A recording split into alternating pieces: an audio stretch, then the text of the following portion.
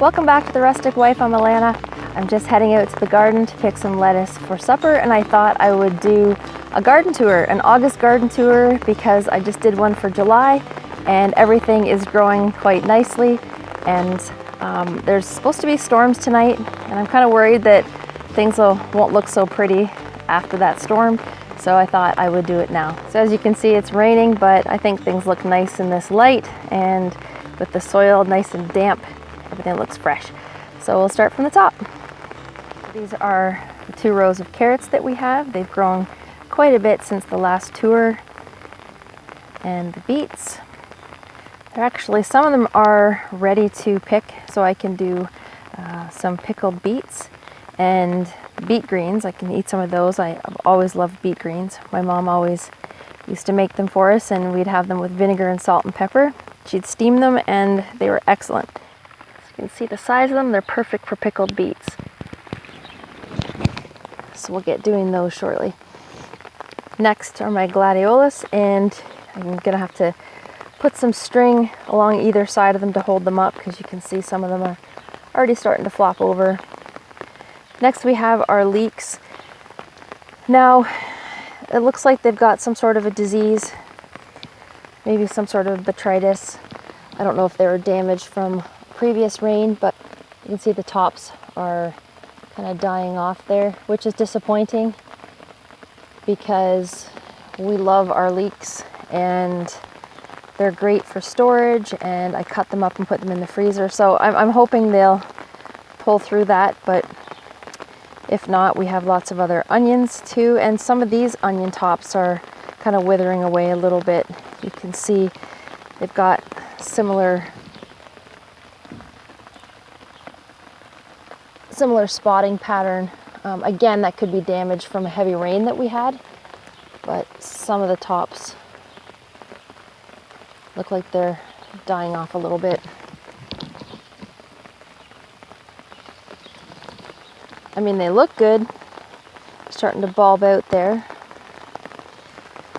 So let's keep our fingers crossed. And those are 3 rows of sweet onions. Next we have a half a row of red onions, and then shallots at the far end. We've got some romaine lettuce here. You can see that's coming along nicely, starting to form little heads there, and then more further down the line, and they were planted about a week apart. So you can see the little tiny ones at the very end. So we should have a nice catch of lettuce for the season. And then our corn, that's growing like crazy. We had some heat, and that usually does a good job of jumping the corn up. You can see it's tasseled out there, and there are some cobs forming. You can see there's some ears forming there.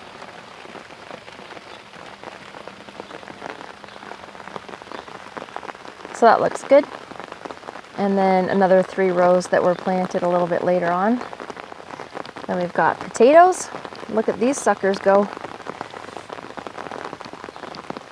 We've got 5 rows, and they're all Kennebec. We love Kennebec, and I think they store really well. But if you look at these potatoes compared to a month ago, not even a month ago, but 3 weeks ago, it's unbelievable how much everything has grown, even the corn. And a lot of people sometimes think we leave too much space in between our rows, but it's amazing how everything grows together. And it's nice to have a bit extra space so you can walk down the rows, but in this case, they are kind of getting a little crazy. We've got some bok choy right here and Chinese cabbage at the end. The bok choy is ready to pick. Chinese cabbage are just starting to form heads. Next we have Brussels sprouts, and I don't think we're going to get any Brussels sprouts out of this. They just don't seem to be forming. Likely the cabbage moth has gotten to them before we could deal with those moths, but I don't think we're going to see any Brussels sprouts. Lots of leaves, and the same with the broccoli. They don't seem to be forming any heads. This is the first year we've grown broccoli, so I don't know, maybe we'll be surprised, but it's looking kind of doubtful right now. And next we have red and green cabbage, and they're forming heads nicely. You can see that one right there. So hopefully we get some cabbage. And this is the lettuce that I'm going to pick for supper tonight. So that's coming along nicely. And then our cucumbers. I didn't have much faith that our cucumbers would pull through, but looks like they're starting to spread out, and I can show you from the other side. They're starting to flower as well. Then we have 2 rows of beans, and I've got little tiny beans on them already. There is 1.5 rows of green beans and half a row of yellow. I think Goldmine is the variety of the yellow bean, and Valentino is the variety of the green bean. So you can see we've got little beans growing here. Got some nice little beans. Then we have another row of lettuce. I've got to get in here and pick this. This is an Italian, a spicy mesclun mix. And there's some growing beyond that too. And they're just, we had to plant that 2 or 3 times before it caught for some reason. I don't know why. But anyway, so it's finally caught, and we'll have some more of this mesclun mix a little bit later on in the season. Next we have our celery. That's looking nice and green. Last year we had a little bit of mosaic virus on our celery. So far it's looking pretty good. Hopefully we avoid that. And our peppers are starting to come along. We've got jalapeno, and we've got green pepper, lunchbox, and Hungarian hot wax, so I can make some hot pepper rings. And my chives are starting to go crazy again. I gave them a nice haircut before, and they're growing again. And then our tomatoes. Got a variety of tomatoes in here. Some cherry tomatoes, grape tomatoes, and then again for our large tomatoes we have an Italian ox heart, we have purple Cherokee, we've got black Krim, Bonnie Best, San Marzano. A lot of varieties to try out this year, and ones that we have already tried that we love. And in my previous video that I did about doing chores, and I'll link that above, I showed how we do what they call a basket or a Florida weave to stake these tomatoes up. And I cannot believe within a week they need another layer. They're going above the stakes. So they're looking quite healthy and setting fruit, which is great. There we go. There's some tomatoes there. There's some more here. So you can see the cucumbers a little bit better from here. You can see there's some flowers coming along. So due to the damage that they sustained from cucumber beetle early on, we didn't think we were going to get any cucumbers, but this looks promising. Yeah, so everything looks really full and healthy so far, and keep our fingers crossed that it stays that way. So I'll just head down to the squash and the pumpkins. They are out of control.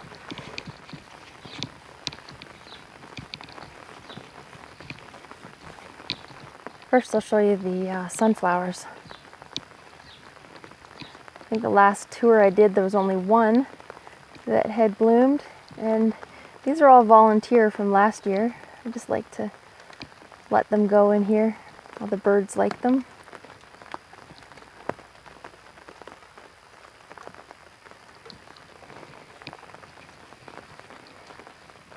That's a pretty color.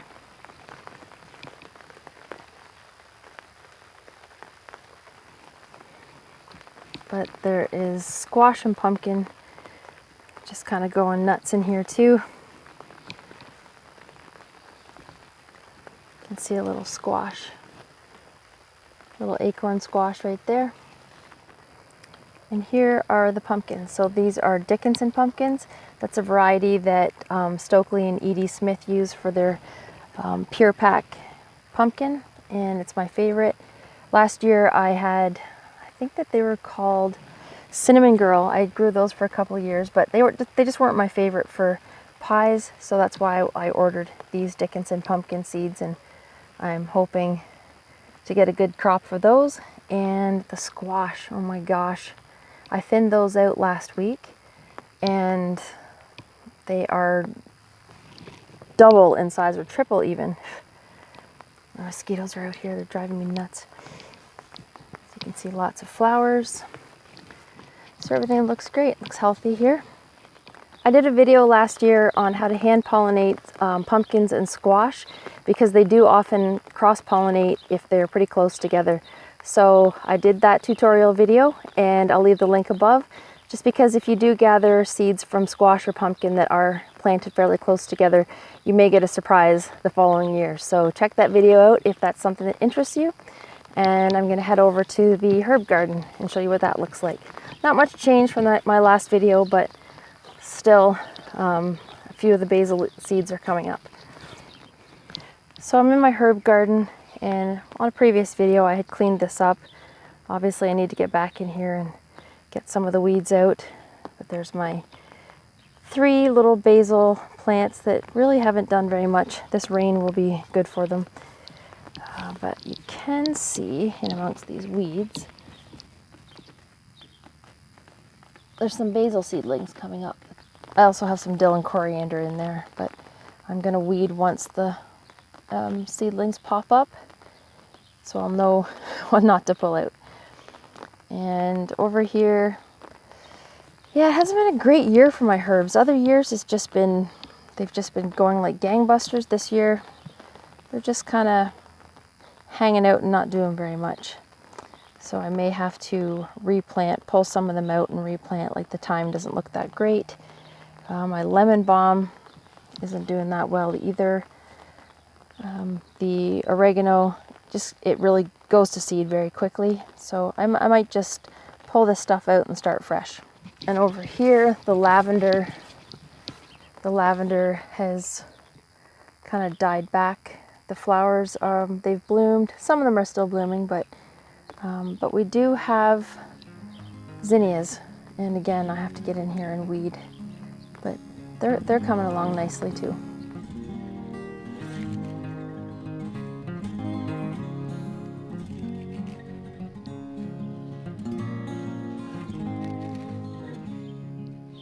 So that's it for the August garden tour. Hopefully next time we have another one of these, I'll be harvesting lots and getting things canned up for the winter.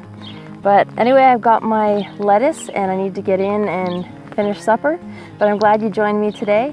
I hope you enjoyed today's video. If you did, please consider subscribing, and I'll see you again next time.